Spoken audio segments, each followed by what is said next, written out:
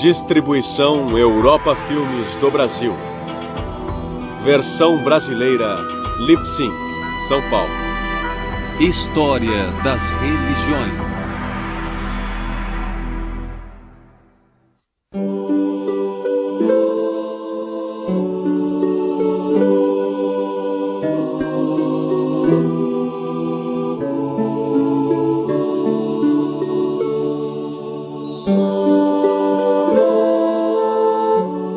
Cristianismo ortodoxo e catolicismo romano.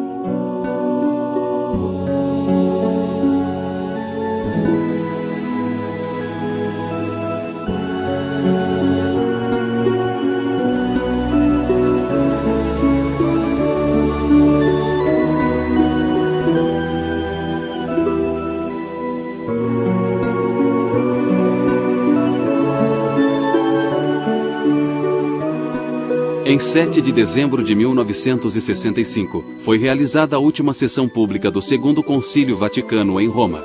O Papa Paulo VI da Igreja Católica Romana e o Patriarca Atenágoras da Igreja Ortodoxa Grega fizeram uma declaração conjunta. Ela foi lida na Basílica de São Pedro em Roma e na Catedral de Faná, em Constantinopla. A declaração proclamava que a excomunhão mútua entre as duas grandes igrejas, decretada no ano 1054, havia sido revogada. O sonho de reunificação tem inspirado cristãos ao longo dos séculos. Porém, a história do cristianismo não é feita apenas de fé e esforços compartilhados, mas de conflitos e divisão também. Por causa deste e de vários outros conflitos internos, o cristianismo não é, e geralmente não tem sido, o nome de uma única religião. Mas cristãos de todo o mundo compartilham certas crenças fundamentais sobre Deus, Jesus Cristo e o lugar dos humanos no universo. Devemos examinar as 3 divisões principais da fé cristã para compreender o cristianismo de hoje. Elas são as igrejas ortodoxas orientais, a Igreja Católica Romana e as várias igrejas protestantes. Mas essa classificação não é completa. Há pequenas comunidades cristãs, principalmente na Ásia Menor e na África, que se tornaram independentes no século V depois de Cristo. Aliás, dizendo depois de Cristo, contamos os anos justamente a partir do nascimento de Jesus Cristo. Durante os séculos, cada divisão do cristianismo considera-se a única representante da verdadeira fé cristã pregada por Jesus. Proclamando ser a verdadeira fé ou não, a história da Igreja Católica e da Ortodoxa sempre estiveram ligadas. Nenhuma das duas pode ser entendida separadamente da outra. A palavra ortodoxo significa fé correta e culto correto, ou fé verdadeira e culto verdadeiro. Nós nos consideramos a verdadeira Igreja de Nosso Senhor Jesus Cristo. O nome da Igreja Ortodoxa sugeria originalmente que todas as demais comunidades cristãs eram heréticas.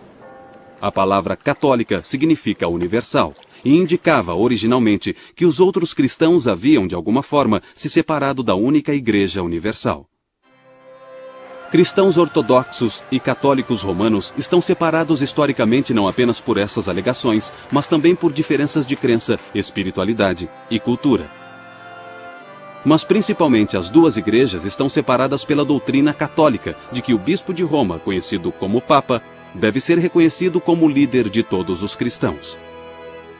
Mas o cristianismo católico e o ortodoxo são muito similares em certos aspectos de organização e em suas crenças básicas. Ambos têm uma estrutura episcopal, ou seja, ambos são organizados em torno de uma rede de bispos. Todo bispo católico ou ortodoxo é responsável por uma comunidade local de igrejas numa área ou diocese específica. A vida religiosa nas igrejas gira em torno da liturgia, ou missa, onde a última ceia de Jesus Cristo é reencenada. Pão e vinho, considerados o corpo e o sangue de Cristo, são ingeridos pelos fiéis. A história do cristianismo não pode ser separada da história do povo judeu. Jesus nasceu numa sociedade hebraica, cuja origem remonta a uma comunidade de escravos dos egípcios. As escrituras judaicas relatam que eles foram libertados por Deus e que foram levados guiados por Moisés e depois por seus sucessores à terra prometida de Canaã. Os judeus ainda comemoram sua independência política e sua grandeza sob a liderança do rei Davi. Mas por muitos séculos, Israel foi uma nação cativa. Primeiro dos assírios, depois dos babilônios, dos persas, dos gregos e, finalmente, dos romanos. Quando Jesus começou seu ministério público, o povo judeu já esperava a vinda iminente do Messias. Eles achavam que o Messias libertaria os judeus do domínio político dos romanos e levaria o povo judeu a um novo nível de devoção na prática da lei de Deus. Jesus era um entre muitos pregadores itinerantes a dizer que Deus estava para libertar Israel e vir reinar visivelmente na terra. Ele pediu que Israel se arrependesse e se emendasse à luz dessa esperança. Esse é o âmago do que é o cristianismo.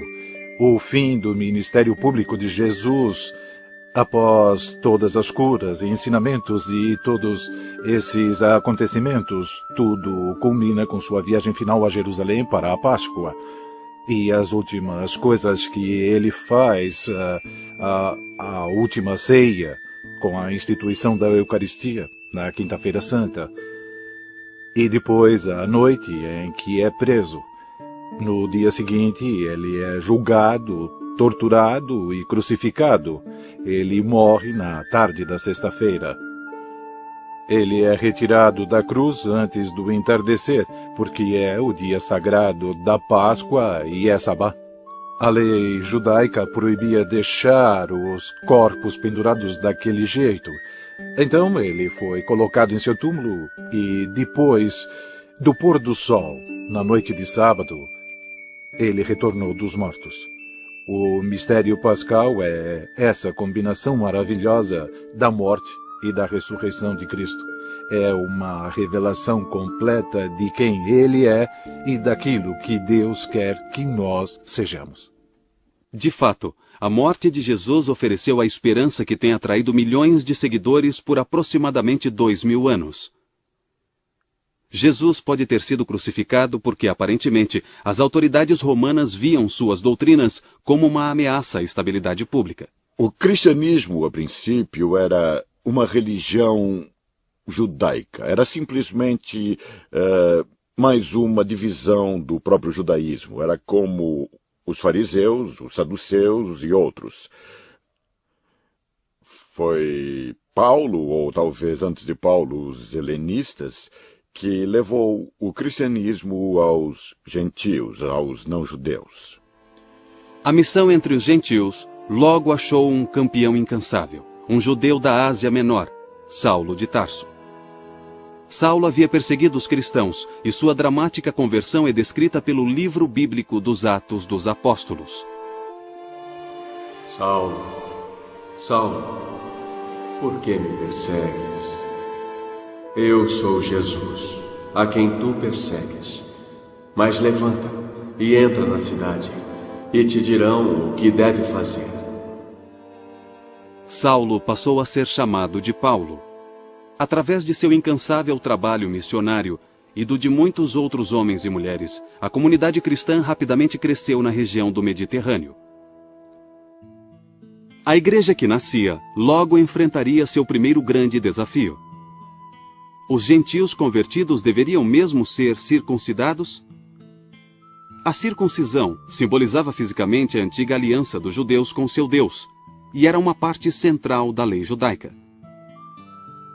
Muitos naquele tempo insistiam que todos os seguidores de Jesus deviam seguir todas as leis judaicas que Jesus viera consumar. Outros, principalmente Paulo, insistiam que o que salvava era apenas a fé em Cristo. Um novo cristão não é obrigado a assumir o fardo da lei judaica. No ano 49 d.C., os apóstolos e os líderes da igreja se reuniram para resolver a questão. Esse encontro seria conhecido como Concílio de Jerusalém. Sua decisão foi anunciada numa carta aberta aos gentios convertidos da Ásia Menor. Os gentios convertidos seguiriam apenas as leis judaicas básicas e não precisariam ser circuncidados.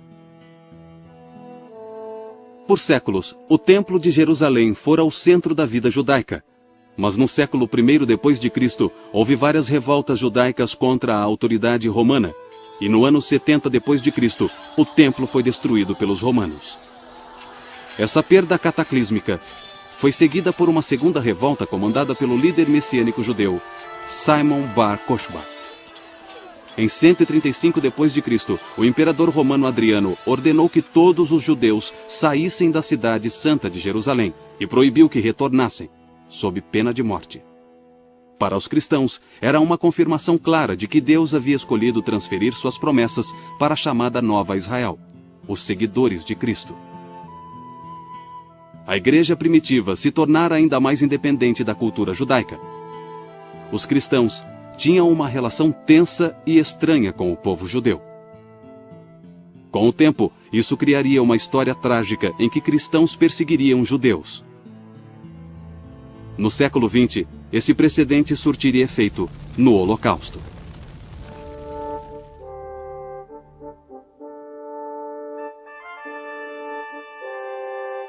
Os 3 primeiros séculos depois de Cristo são lembrados hoje pela perseguição romana, uma época gloriosa de mártires cristãos e de testemunho heróico do Evangelho de Cristo. De fato, houve perseguição esporádica nesse período. Parece ter sido motivada por uma combinação de medo e de uma devoção genuína dos romanos a seus deuses pagãos. Os cristãos eram frequentemente acusados de imoralidade e desrespeito à antiga religião romana. Acusações de infanticídio, canibalismo, incesto eram disseminadas, entre outros, por um dos maiores filósofos de Roma, o filósofo estoico Fronto, que fora professor de Marco Aurélio, por volta do ano 150. Então, na verdade, as acusações contra os cristãos eram feitas por pessoas que já haviam decidido que eles eram uma ameaça política. Por isso, eles precisavam arrumar uma desculpa, pois as pessoas não enxergavam essa ameaça política. Os cristãos se recusavam a adorar os deuses romanos ou a queimar incenso para o imperador romano. Os cristãos viviam como eleitos de Deus num mundo hostil. Os mártires eram heróis a serem imitados. Realmente, sua fé e coragem impressionaram até mesmo o povo romano. Apesar das perseguições romanas, a maior ameaça à igreja dos primeiros tempos era um desafio espiritual. Os vários movimentos religiosos e filosóficos coletivamente chamados hoje de gnosticismo. Os gnósticos eram uma seita particular do cristianismo, sim. E eles exageravam a natureza espiritual dos seres humanos com a ideia de que haviam caído de um jeito ou de outro neste mundo material. Sua preocupação principal era a libertação pelo conhecimento, a gnose. Por isso são chamados de gnósticos. Em resposta a esses desafios heréticos, a igreja primitiva assumiu compromissos teológicos, morais e institucionais que se tornariam a base de seu desenvolvimento futuro. A primeira resposta a essas heresias foi afirmar o cânone das Escrituras como o conhecemos hoje. A Bíblia cristã inclui as escrituras hebraicas que os cristãos chamam de Velho Testamento. Ela também inclui os conhecidos 4 evangelhos, as epístolas de Paulo e textos atribuídos a outros apóstolos. O processo de canonização não ocorreu de uma vez só. Mas, no começo do século III, o cânone das escrituras cristãs estava estabelecido essencialmente tal como é aceito hoje. A igreja cristã se dedica à visão hebraica do Deus Criador, com todo o esplendor e mistério que essa visão hebraica implica. A segunda coisa foi estabelecer um grupo de pessoas que chamamos de bispos, ou seja, o Sagrado Magistério, os sucessores dos apóstolos. Os apóstolos conviveram com Jesus e testemunharam sua ressurreição. São certamente os intérpretes da mensagem de Jesus com maior autoridade. E a terceira coisa foi a declaração de fé, que chamamos de credo, uma espécie de resumo das crenças cristãs.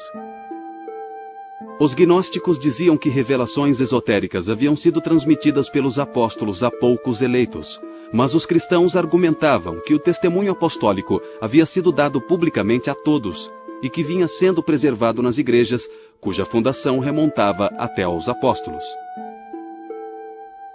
as pessoas usavam filosofias diferentes, usavam símbolos diferentes, usavam abordagens diferentes e começaram a perceber que havia alguns discursos sobre o objeto de nossa fé e de nossas orações que eram legítimos e outros que não eram.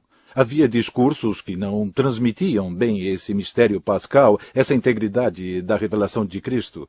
E começou a haver separações da igreja. Havia pessoas dizendo coisas que claramente não condiziam com a tradição que herdamos dos apóstolos. Os bispos são os sucessores dos apóstolos e se tornaram os defensores supremos da ortodoxia na igreja. Desse modo, uma hierarquia centralizada foi estabelecida para preservar a unidade da igreja. A concordância com o bispo preservava a unidade e a fé da igreja local. A concordância entre os próprios bispos protegia a unidade da Igreja Universal. Mas como os cristãos determinariam o que constitui exatamente os ensinamentos universais dos bispos? Ireneu de Leão apontou para os ensinamentos do bispo de Roma, cuja sucessão apostólica remonta a Pedro e Paulo, ambos supostamente martirizados em Roma.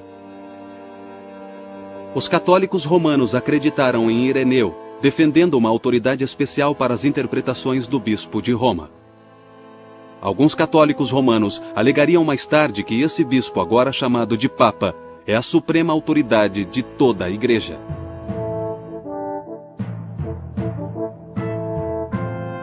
Quando Augusto estabeleceu o Império Romano em 31 a.C., foi certamente um dos maiores feitos da antiguidade. Mas seus planos de governo tinham falhas graves. Não havia uma regra clara para a sucessão no cargo de imperador de Roma. O império era periodicamente abalado por guerras civis e o governo imperial era cada vez mais dominado por militares romanos. Em 313, Constantino tornou-se co-imperador com Licínio, o soberano das províncias do Danúbio. Mas em 324, Constantino derrotou Licínio e proclamou-se o único imperador.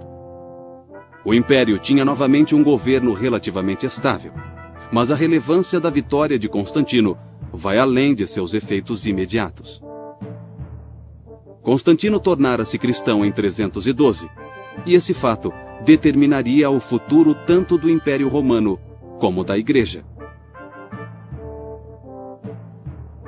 Eusébio, historiador e bispo de Cesareia, conta que o próprio Constantino lhe falou da visão milagrosa que o converteu ao cristianismo.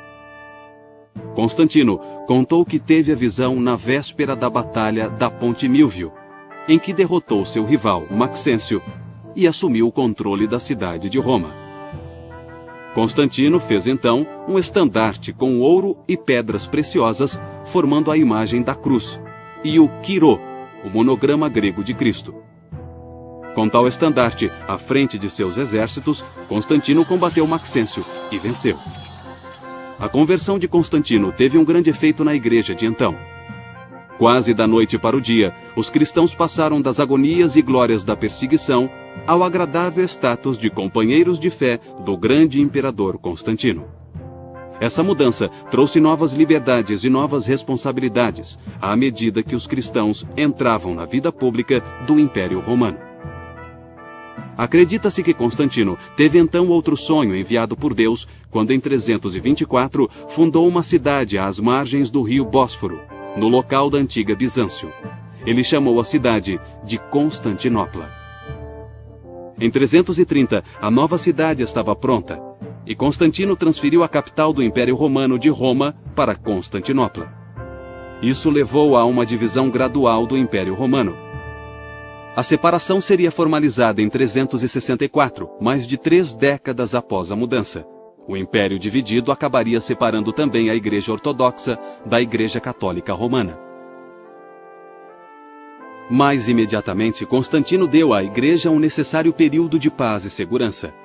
Os líderes cristãos podiam voltar sua atenção às questões doutrinárias, especialmente as ligadas à mais importante figura na história cristã, Jesus de Nazaré. Os primeiros cristãos não sabiam claramente como falar de Jesus e sua relação com Deus, a quem ele chamava de Pai.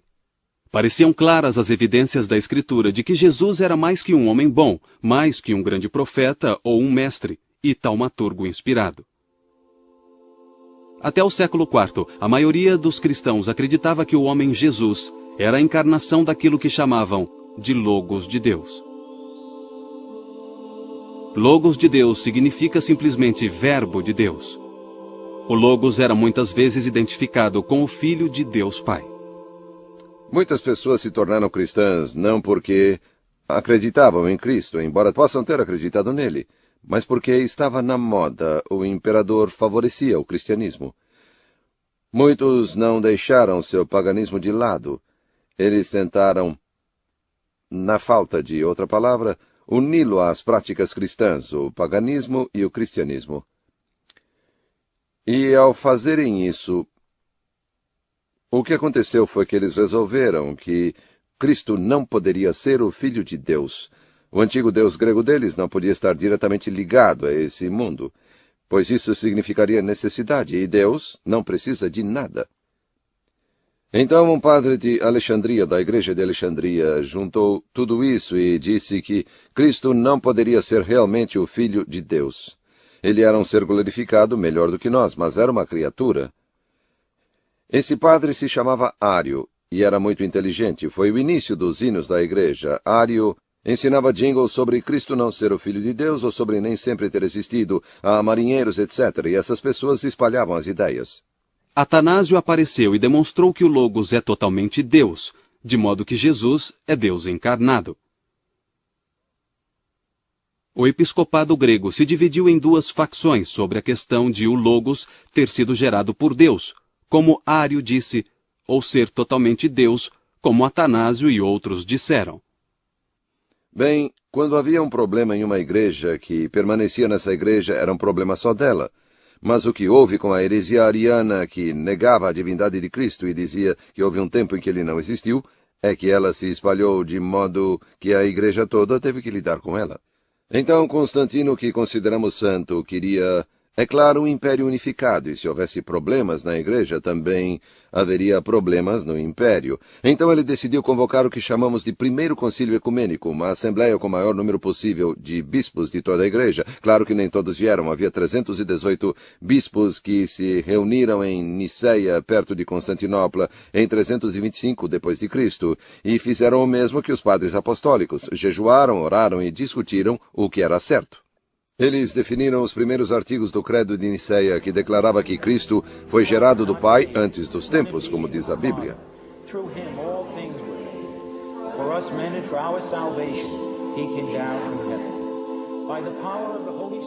O Concílio de Niceia é considerado tanto pelos ortodoxos como pelos católicos o primeiro grande concílio ecumênico. Mas o arianismo ainda tinha muitos defensores importantes no clero. Sua posição se fortaleceu quando Constantino morreu em 337 e seu filho Constâncio, um ariano, subiu ao trono.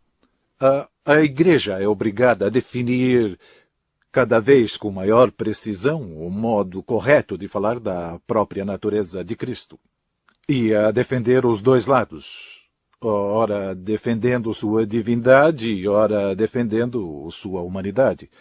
Mas essa definição, de certo modo, é o que estimula o Credo de Niceia. Estimula algumas mudanças na liturgia, algumas mudanças no modo de celebrarmos a Eucaristia, mudanças estas que visam a vacinar o corpo da Igreja contra essas interpretações errôneas.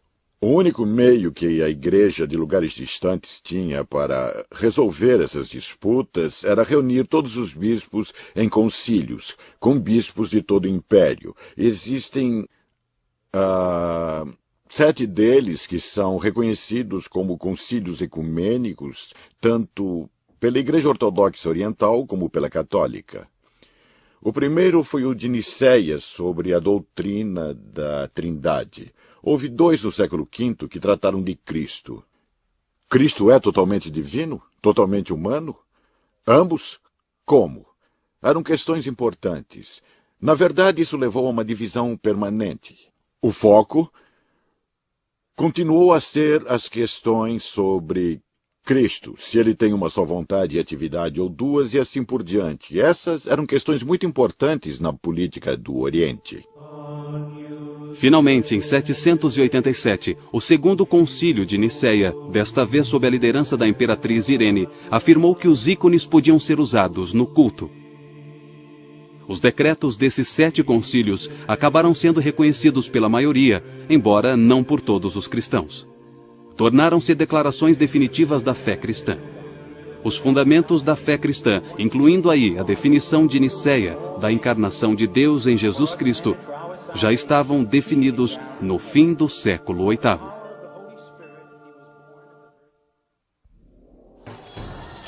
Em 410, Alarico, um líder visigodo e cristão ariano, conquistou a cidade eterna, Roma.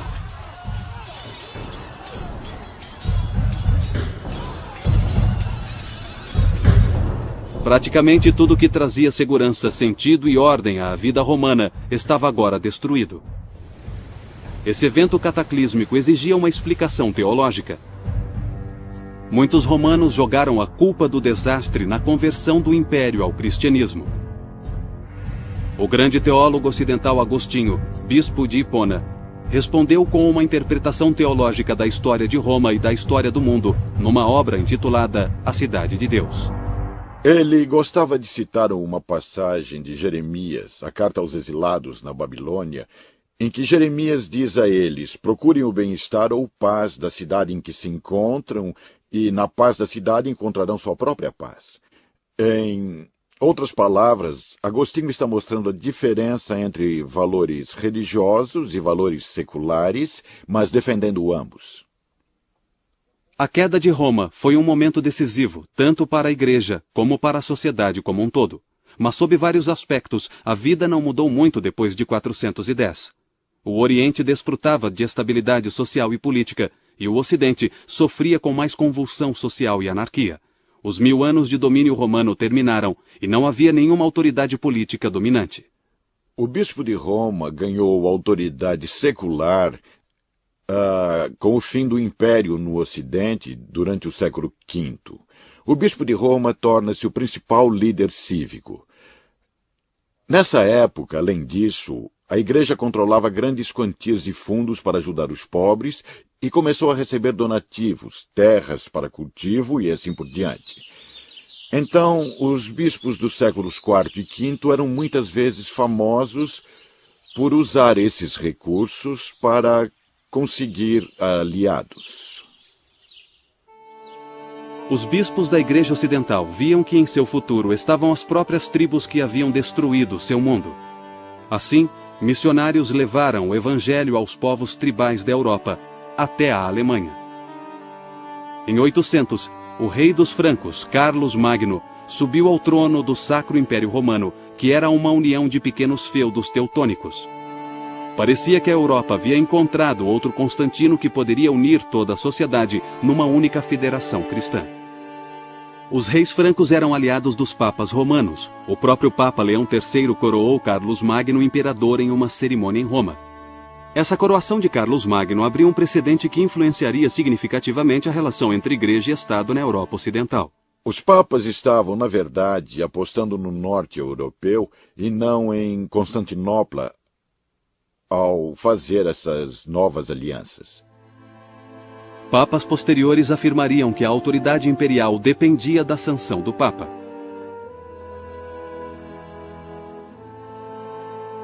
Carlos Magno não trouxe uma estabilidade duradoura. Sua dinastia durou apenas uma geração após sua morte. Bispos e até mesmo abades eram obrigados a agir como líderes políticos locais. Enquanto isso, a Igreja Ortodoxa desenvolvia sua própria teologia e vida espiritual distintas. A solução da controvérsia iconoclasta pelo Segundo Concílio de Niceia em 787 fundamentara o uso de ícones na liturgia. Essa prática fortaleceu o sempre presente veio místico dentro da Igreja Ortodoxa. Assim, não foi surpresa a Igreja Oriental ter gradualmente desenvolvido uma teologia predominantemente mística. Há certas coisas sobre Deus que não compreendemos, e é assim que deve ser, porque é assim que Deus quer que seja. É o que significa misticismo, certo? E isso significa que há algo além do plano físico, que há uma natureza espiritual e que não sabemos o que Deus é. Ele estabeleceu certas regras e nós respeitamos essas fronteiras. A distância entre a Igreja Católica Romana e a Igreja Ortodoxa aumentou e a continuidade de sua união parecia impossível. Havia o antigo problema em relação à autoridade do Papa. Essa discordância fundamental foi exacerbada por disputas teológicas. A mais importante foi uma disputa sobre a relação entre as três pessoas da Trindade. A Igreja Católica Romana costumava acrescentar a frase "e do Filho" ao credo de Nicéia. Portanto, ficava: "Creio no Espírito Santo, o qual procede do Pai e do Filho." A Igreja Ortodoxa considerava isso uma inovação que beirava a heresia. Duas coisas são importantes. Em primeiro lugar, é teologicamente incorreto. Só há uma cabeça na Trindade, Deus Pai. O Filho foi gerado do Pai antes dos tempos. O Espírito Santo só procede do Pai, certo? Em segundo lugar, o Ocidente fez algo sem precedentes. Mexeu em uma coisa que havia sido decidida por toda a Igreja. Em 863, rompeu-se a união entre o Papa Nicolau de Roma e o patriarca ortodoxo Fócio. Foi a primeira separação formal entre a Igreja Católica Romana e a Igreja Ortodoxa. Mas foi uma separação temporária. Entretanto, as diferenças teológicas entre as duas igrejas não foram resolvidas, e a união restaurada também seria temporária. O filioque é o maior ponto de controvérsia entre a Igreja Oriental e a Igreja Ocidental até os dias de hoje. Na verdade, a Igreja Anglicana, há poucos anos, propôs tirar o filioque do credo, não dizendo mais procede do Pai e do Filho, se isso ajudasse a reunião com a Igreja Oriental. Em 1053, o Papa Leão IX montou uma campanha militar contra tribos normandas que ameaçavam igrejas cristãs no sul da Itália. Ele foi derrotado e capturado. Da prisão, ele conseguiu enviar um emissário, o cardeal Humberto, para pedir ajuda ao imperador bizantino e ao patriarca de Constantinopla. A carta de Leão ao imperador bizantino era conciliatória, mas sua carta ao patriarca tinha um tom muito diferente. Havia uma controvérsia entre um papa muito dogmático e um patriarca muito dogmático de Constantinopla, e nenhum deles abria mão de suas tradições. Um decreto de excomunhão foi enviado pelo Papa a Constantinopla. Ele foi deixado no altar de Santa Sofia. Um dos diáconos o pegou e correu atrás do emissário para devolvê-lo, mas ele não aceitou. Então, é claro, o Oriente teve seu concílio e excomungou o Ocidente. Essas sanções mútuas só seriam retiradas em 1965, mais de 900 anos depois. Em cerca de 610, um sério e devoto mercador árabe ouviu em sonho uma voz, ordenando que ele lesse. Ao despertar, o mercador teve a visão de um homem que o cumprimentou pelo nome e disse: "Tu és o mensageiro de Alá." Os muçulmanos acreditam que assim começaram as visões em que Maomé recebeu os discursos que se tornariam um livro conhecido como A Leitura, ou em árabe, Alcorão. Nele há várias injunções para a disseminação da fé, e os primeiros muçulmanos se esforçaram para conseguir isso até à força, se necessário. Em 714, a Espanha estava dominada por exércitos muçulmanos. Conforme eles continuavam sua expansão, ficou cada vez mais evidente que poderiam destruir as nações cristãs do Império Bizantino e da Europa Ocidental. Após a derrota em Anatólia, em 1071, o imperador de Bizâncio, Aleixo Comneno, pediu ajuda ao Ocidente. Os imperadores do Oriente pediram ajuda ao Ocidente e conseguiram. As cruzadas atendiam os pedidos dos imperadores do Oriente. Foi uma operação de resgate da Igreja Oriental. Religiosos e cavaleiros católicos da Europa Ocidental atenderam prontamente. Muitos ficaram simplesmente horrorizados ao saber que cristãos do Oriente estavam sendo ameaçados por aquilo que eles viam como uma nação pagã. A Palestina, a terra santificada pela vida e morte de Jesus, era controlada por muçulmanos. E alguns membros do clero preferiam que os exércitos se unissem para combater um inimigo comum, em vez de uns aos outros. De qualquer modo, em 1095, o Papa Urbano II convocou uma cruzada. Essa missão sagrada salvaria o cristianismo oriental e retomaria a Terra Santa do controle muçulmano. Uma série de 4 cruzadas durou até o século XIII. As relações entre os cruzados ocidentais e a corte bizantina pioravam cada vez mais.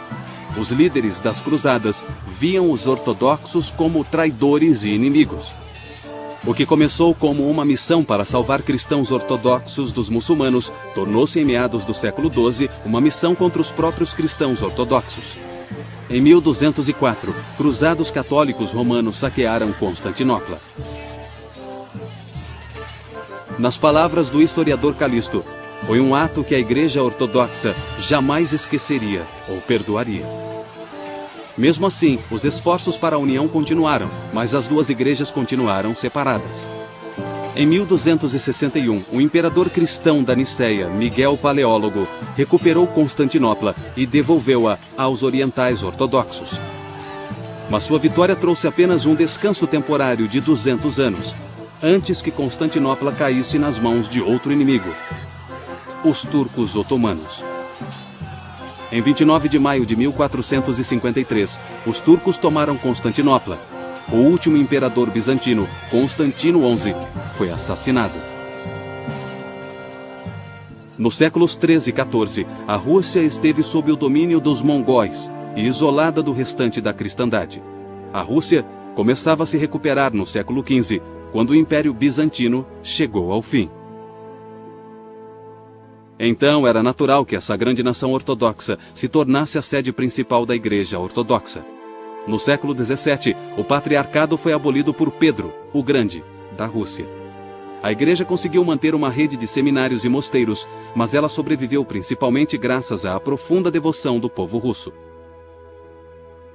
Para compreender a história do catolicismo romano no período medieval, precisamos voltar à nossa história do cristianismo ocidental da época, quando nações-estado da Europa Ocidental começavam a surgir. A Idade Média é chamada de Idade da Fé. Podemos até dizer que foi uma era de intenso entusiasmo religioso. A Igreja não via com bons olhos alguns novos movimentos religiosos. Seu poder era cada vez mais ameaçado. A Igreja, às vezes, pedia às autoridades seculares que forçassem os dissidentes a capitular, sob ameaça de penas civis que incluíam a pena de morte. Mas alguns católicos estenderam a mão a esses movimentos dissidentes. 2 homens em particular, Domingos e Francisco, romperam com a vida monástica e reuniram a seu redor comunidades de irmãos ou frades. Esses homens atuavam como pregadores itinerantes. Eles se sustentavam pedindo esmolas. Não levavam a vida respeitável e estável da reclusão no mosteiro. Os franciscanos e dominicanos são muito importantes, principalmente no século XIII, logo após a sua fundação. Eles se tornaram missionários no mundo islâmico, eles eram interessantes, eles dominaram as universidades rapidamente. Acho que por causa de seu sistema de recrutamento. Não dependiam de favores de algum bispo de sua terra. Podiam mandar seus homens para onde quisessem. Então os franciscanos e os dominicanos eram os melhores professores da Universidade de Paris, no século XIII. Também eram inquisidores. Lembrem-se de que a Inquisição só estava tentando saber se havia alguma heresia à solta. Eram precisamente as ordens mais zelosas, os cistercienses, franciscanos e dominicanos, que forneciam os inquisidores. A vida espiritual e intelectual do catolicismo romano teve seu período de maior expansão durante o século XIII, mas a própria Igreja Católica era cada vez mais atacada. A hierarquia católica era criticada não apenas pelas autoridades seculares que queriam seu lugar, Muitos no clero estavam convencidos de que o poder temporal da Igreja ameaçava o cristianismo mais do que qualquer heresia ou exército do Islã. Ninguém negava que as autoridades da Igreja muitas vezes abusavam de seu poder. O que era ainda pior, vários desses abusos eram motivados pela necessidade financeira da Igreja.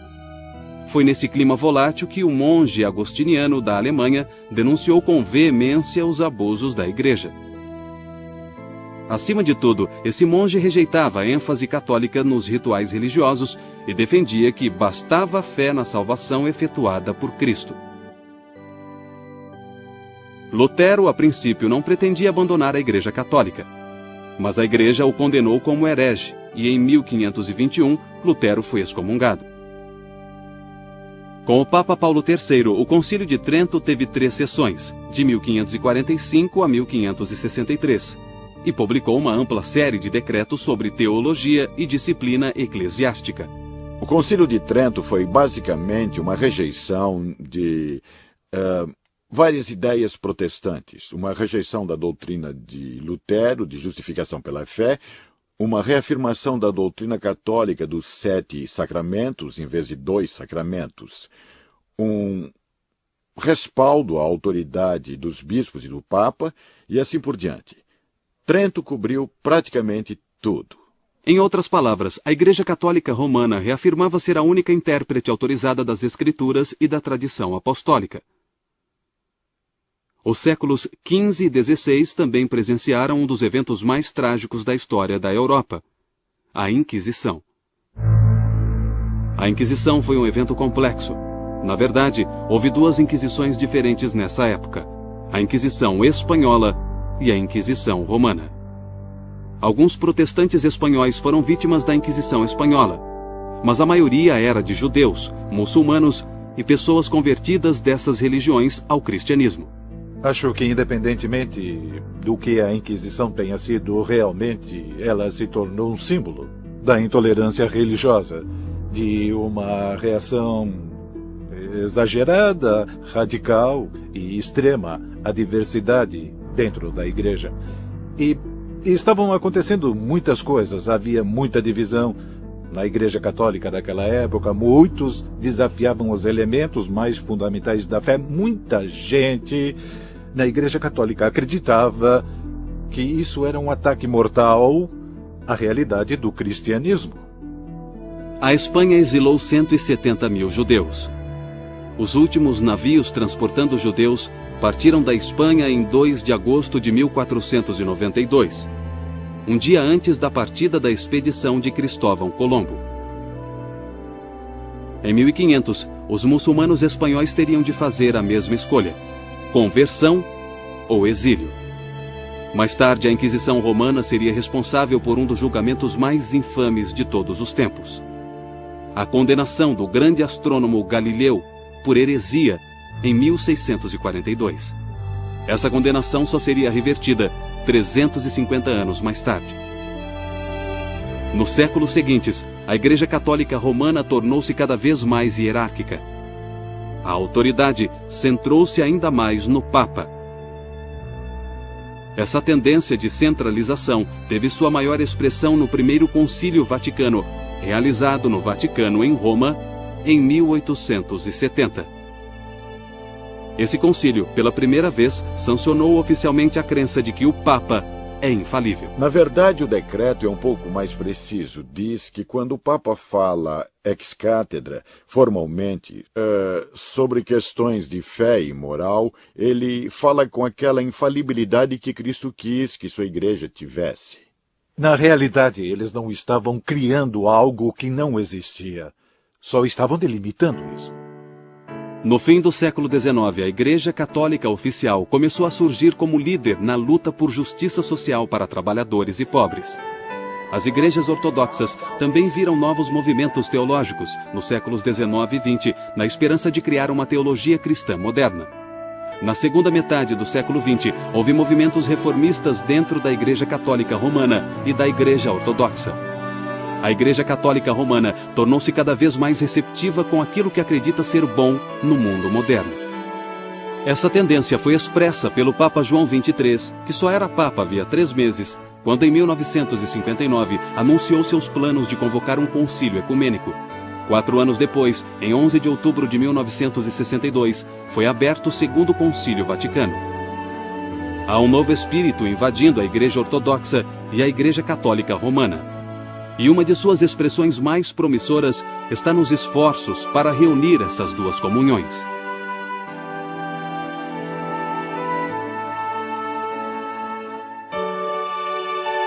Apesar dos esforços de religiosos e teólogos de ambas as comunidades, a Igreja Ortodoxa e a Igreja Católica Romana continuam divididas por questões de crença e costume. Mas pela primeira vez em muitos séculos, há motivos para ter esperança de que essa divisão logo acabe. Sempre haverá tribulações. A Igreja sempre enfrentou perturbações de fora e de dentro, porque Satanás está sempre tentando nos destruir. Quando contemplamos a história da salvação, há 2 histórias.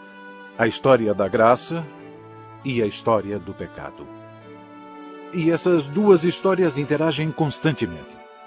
Acreditamos que com a morte e ressurreição de Jesus, temos uma garantia do triunfo da história da graça.